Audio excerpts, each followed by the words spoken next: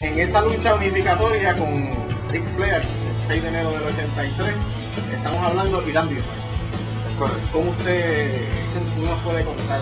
Todavía los fanáticos nos escriben a la página y se preguntan a Carlos Colón qué fue lo que se sintió allí en aquel momento frente a su público. Fue una experiencia inolvidable, primero porque se está enfrentando a un luchador de primer orden como Ric Flair, lo máximo en ese momento, y después porque va por el título más grande que jamás haya existido en el deporte.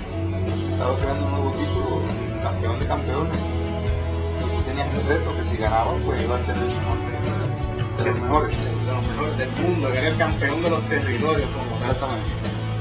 Ric Flair, que todavía, de hecho, al otro día le hicieron un homenaje lindísimo a Ric Flair, que esperemos que sea de ustedes o a lo mejor. Después de Ric Flair, usted rememora, que usted nos puede contar qué fue lo que después siguió en la carrera de Carlos Colón como ya campeón universal del Consejo Mundial de Lucha. Pues de ahí pues significó enfrentarme a todos los que había en el momento. ¿Puede dar una lista? Kamala, Vampiro Firpo, como dijiste, Ox Baker, el Mongolian Stomper, Taro Tanaka, Mr. Fuji, Angelo Mosca, Kendo Nagasaki, Kendo Nagasaki, Super Black Ninja, Bobo, Hércules Ayala, Chiqui Talent en ese momento que estaba bien fuerte. Fueron buenas batallas. pero continuó a toda la lucha en la isla sombra como tal. Sí, él iba y venía, y de momento cuando la gente creía que eso había terminado, regresaba y se reanudaba otra vez el pelo. Hubo Más fuerza y más fuego. hubo un incidente en donde él le lanza amonio a los ojos a usted Exactamente. Muchas cosas. en una pasaron. lucha si fue uno de los momentos, el momento más oscuro quizás en su carrera fue Ese. Y después cuando hizo cuando me lastimó el hombro, tuve que ser en ese momento usted era campeón y dejan el campeonato vacante, el campeonato universal, y se crea un torneo en aniversario 86, donde vienen la crema de la crema de la lucha libre internacional, y de ellos, el regreso de Carlitos Colón otra vez a los cuadriláteros. ¿Qué usted nos puede contar de ese aniversario 86? Es que fíjate, fueron tantos y todos tan buenos que yo no te puedo distinguir uno del otro.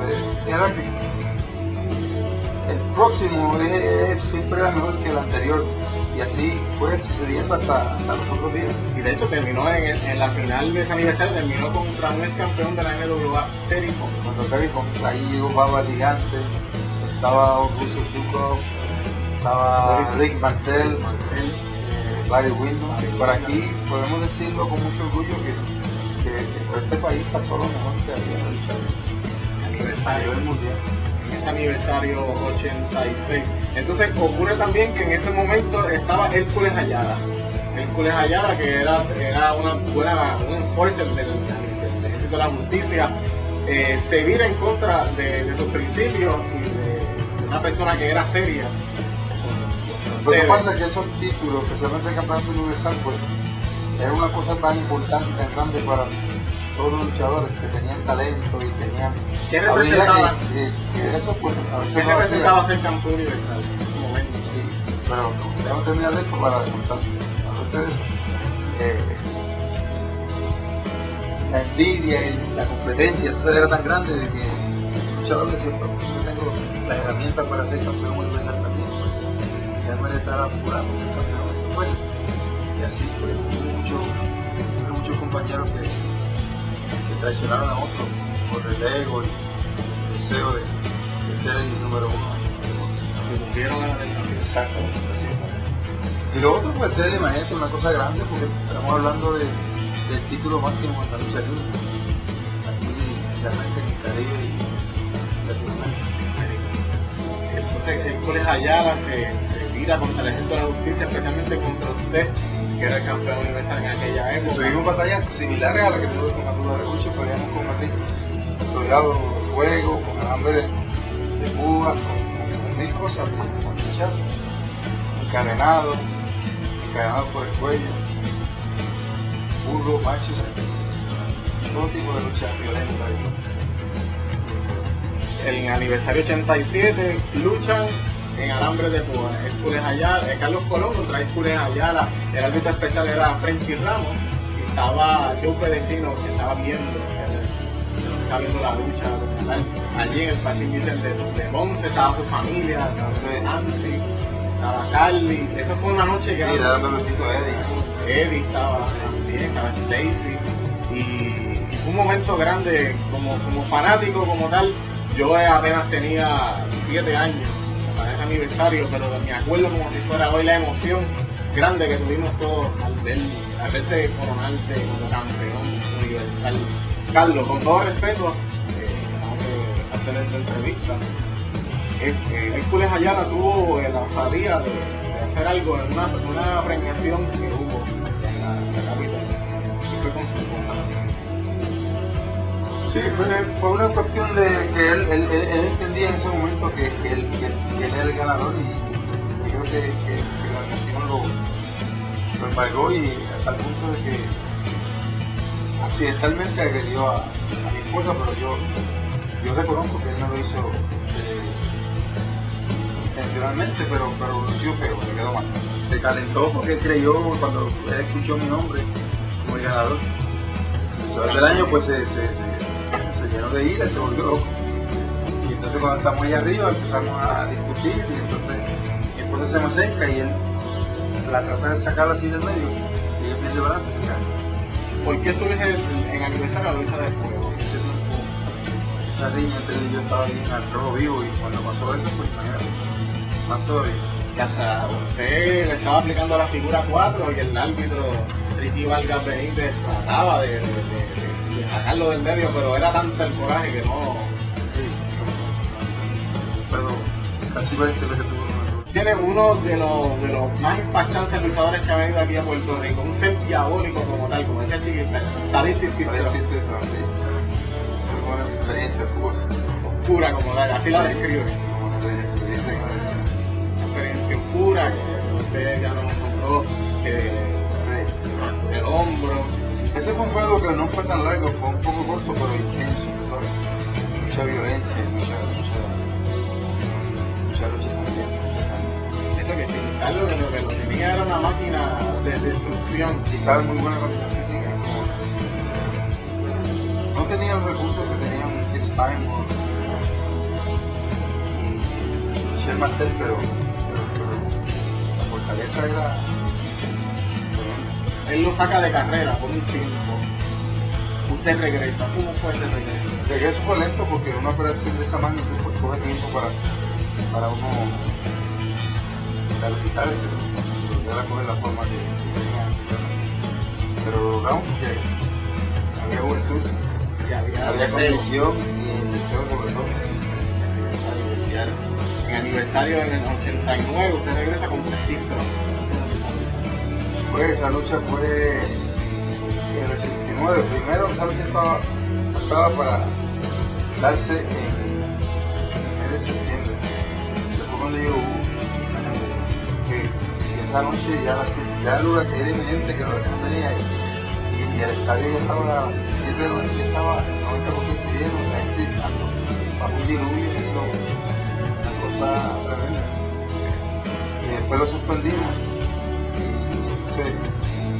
La empresa paró las operaciones, tuvimos como 6 semanas sin la lucha, nada más pagamos en televisión porque las canchas estaban subidas en el país.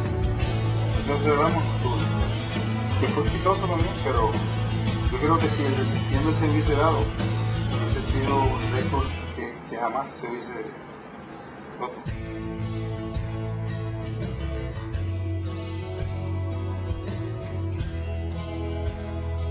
Continuó después de Steve Strong. Usted lo saca de Puerto Rico, era un luchador que usted solamente podía sacar. Después llegaron muchos, es difícil en una carrera de 40 y tantos pico de años recordarlo todo, pero fueron muchos y buenos.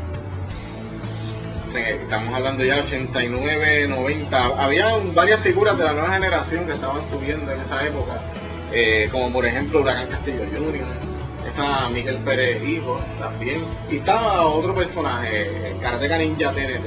¿Usted nos puede decir de esa generación que estaba Pues eso que subiendo? mencionaste, ese fue el más problemas que dio, pero no compara como esos grandes feudos con Arturo Lebucho, con Hércules Ayala, ya eso era otra cosa. En aniversario 90, usted en su afán de ese luchador de TNT, de querer el campeonato universal, lo reta a usted a una lucha que duró 60 minutos en aniversario 90. ¿Qué nos puede decir Fue una lucha dura porque el muchacho tenía lo suyo, tenía lo de él y iba subiendo como la espuma, y me sorprendió. Yo no creía que me iba a dar la batalla que me dio.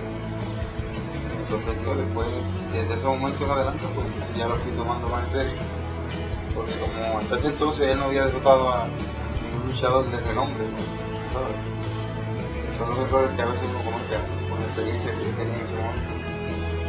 De hecho, No es enemigo pequeño, pero después que me duró 60 minutos en el ring esa noche, que tuve que yo ponerme los pantalones largos para salir adelante.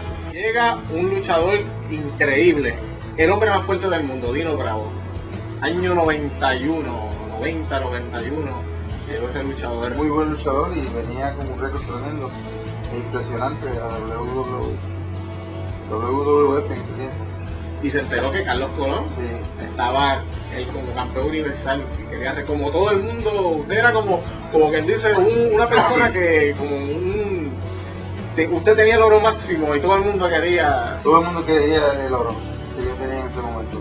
También otro luchador tremendo, Mano de Piedra, de Ronnie Garvin, que vino después. Fue en la misma época de Bravo, no sé cuál llegó primero, pero fue en el mismo tiempo. Ronnie Garvin. Los dos. Ronnie Garvin fue campeón universal. También. También Dino Bravo. Estuvo en el Ejército de la Justicia en un momento dado. Exacto. Hasta que entonces lo que retar usted por el campeonato universal. Y también está Dick Merler. Sí. Otro luchador que es subestimado muchas veces fue por su físico, ¿sabes? Tenía un físico que no impresionaba, pero tenía un conocimiento vasto en ese cuadrilátero.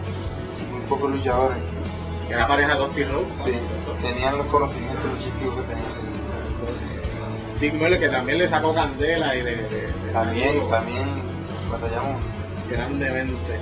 largo tiempo. Entonces estaba un personaje que en Puerto Rico pues siempre fue, como quien dice, el compañero suyo de camerino de toda la vida, el Invader número 1, que estaba buscando también el oro máximo.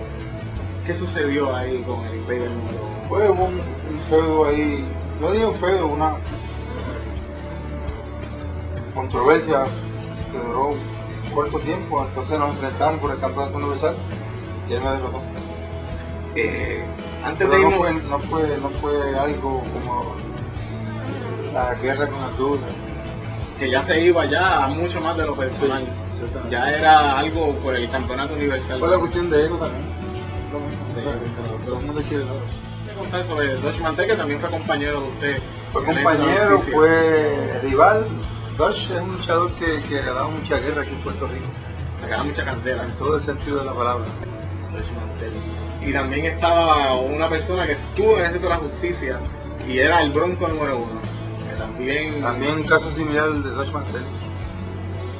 Miembro del Ejército de la Justicia en varias ocasiones y archirrival del Ejército de la Justicia. en el aniversario 96 hubo la lucha retiro versus deportación.